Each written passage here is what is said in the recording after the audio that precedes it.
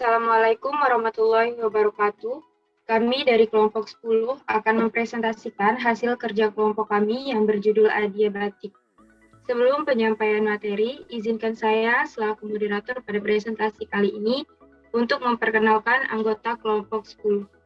Yang pertama ada Saudara Giovanni Damara, yang kedua Saudara Fatoni Sahlul Kuluki, yang ketiga saya sendiri Hikmah Putri, dan yang keempat, Saudara Ibnan Farid.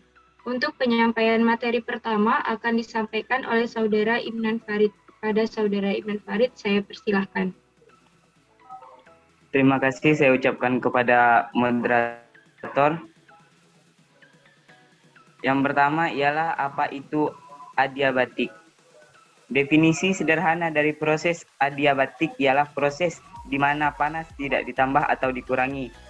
Namun, definisi sebenarnya dari proses adiabatik ialah di mana sistem tidak bertukar energi dengan lingkungannya berdasarkan perbedaan suhu.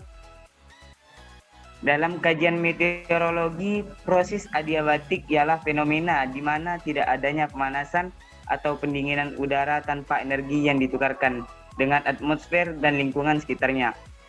Perubahan udara pada proses adiabatik sendiri dipengaruhi karena kompresi dan ekspansi tekanan udara. Saya kembalikan kepada moderator. Untuk materi kedua akan disampaikan oleh Saudara Giovanni Damara. Kepada Saudara Dio, saya persilahkan. Oke, terima kasih moderator. Tadi apa itu adiabatik sudah dijelaskan oleh Saudara Ibnan. Sekarang untuk bagian saya, macam-macam adiabatik. Yang pertama, adiabatik dingin, dan yang kedua, adiabatik panas. Silakan dilanjutkan, moderator.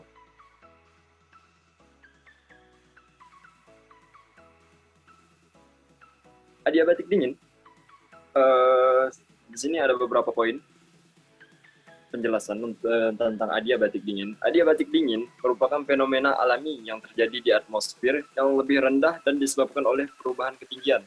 Jadi adiabatik dingin itu fenomena udara yang disebabkan oleh perubahan ketinggian. Adiabatik dingin sendiri dipengaruhi oleh ekspansi udara. Suhu akan berkurang di angka 5 sampai 6 derajat Celcius per 1000 meter. Adiabatik dingin dibagi menjadi 4 tipe pengangkatan. Yang pertama orografik, yang kedua frontal, yang ketiga konvergen, dan yang ketiga convection. Lanjut operator. Nah, ini contoh pergerakan tadi adiabatik, pengangkatan adiabatik. Bagaimana udara dari laut menuju ke daerah dataran rendah di balik bukit. Silakan lanjut.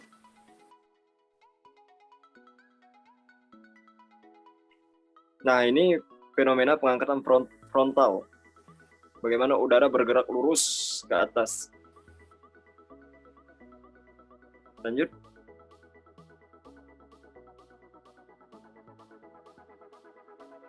Nah, ini pergerakan konvergen. Udara yang memiliki tekanan yang sama bergerak dari arah yang berbeda dan menuju ke atas ke arah yang sama. Lanjut.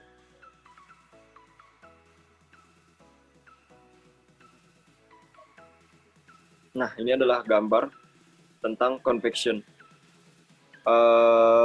Terima kasih untuk waktunya, moderator. Saya kembalikan kepada moderator.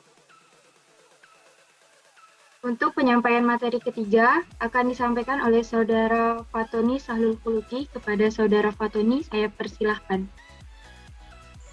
Baik, terima kasih atas waktunya moderator. Saya sedikit akan menjelaskan tentang adiabatik panas. Apa sih adiabatik panas itu?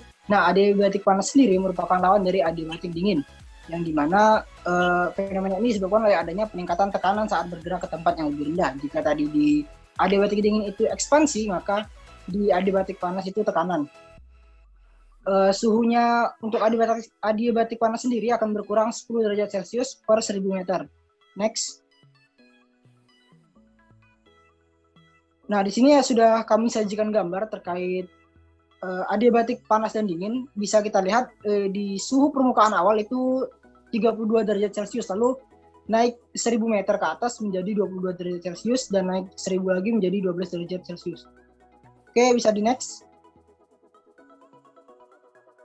Nah, di sini ada contoh sederhana dari proses adiabatik dingin dan panas sendiri. Oke, bisa kita lihat di pertama itu sea level, berarti level paling bawah. Suhu dimulai, suhu kita gunakan di angka 25 derajat Celcius. Maka ketika naik 1000 meter ke atas, maka akan terjadi proses adiabatik kering, yang dimana atau panas yang akan berkurang 10 derajat hingga menjadi 15 derajat Celcius. Naik 1000 meter lagi, maka akan berkurang menjadi 5 derajat. Nah, di 5 derajat ini terdapat sebuah garis batas atau disingkat di sini LCL. LCL sendiri merupakan lift condensation level, di mana ketinggian saat paket udara yang naik secara adiabatik kering menjadi basah. Bisa dibilang ini merupakan tempat transmisi antara adiabatik basah dan kering. Dan juga di sini akan terjadinya peristiwa kondensasi atau pembentukan awan. Nah, ketika sudah di level ini, maka adiabatik akan berganti menjadi adiabatik dingin.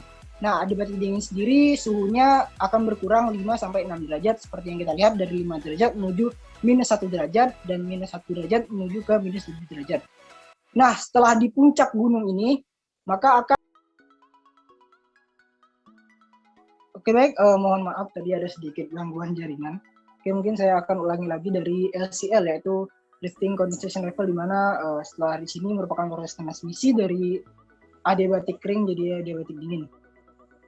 Kembali pengurangan suhunya menjadi 5-6 derajat.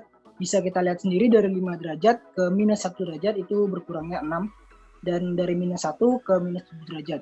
Nah, setelah sampai di puncak gunung ini, maka proses adiabatik sendiri akan bertukar kembali menjadi adiabatik panas. Nah, seperti yang sudah kita tahu lagi, kita ingat kembali, yaitu adiabatik panas itu suhunya akan bertambah hingga 10 derajat. Nah, jadi dari -7 derajat ke 3 derajat. Jadi 3 derajat Celcius, dari 3 derajat menjadi 13, dan seterusnya. Kita juga bisa pahami lah, kalau kita semakin naik gunung, maka semakin ke atas maka akan semakin dingin, dan ke bawah akan semakin panas. Mungkin itu saja contoh singkat dari saya kembalikan lagi kepada moderator. Baik, mungkin itu saja yang dapat kami sampaikan. Saya selaku moderator mewakili anggota kelompok 10 mengucapkan mohon maaf apabila dalam penyampaian materi masih ada yang kurang jelas. Terima kasih. Wassalamualaikum warahmatullahi wabarakatuh.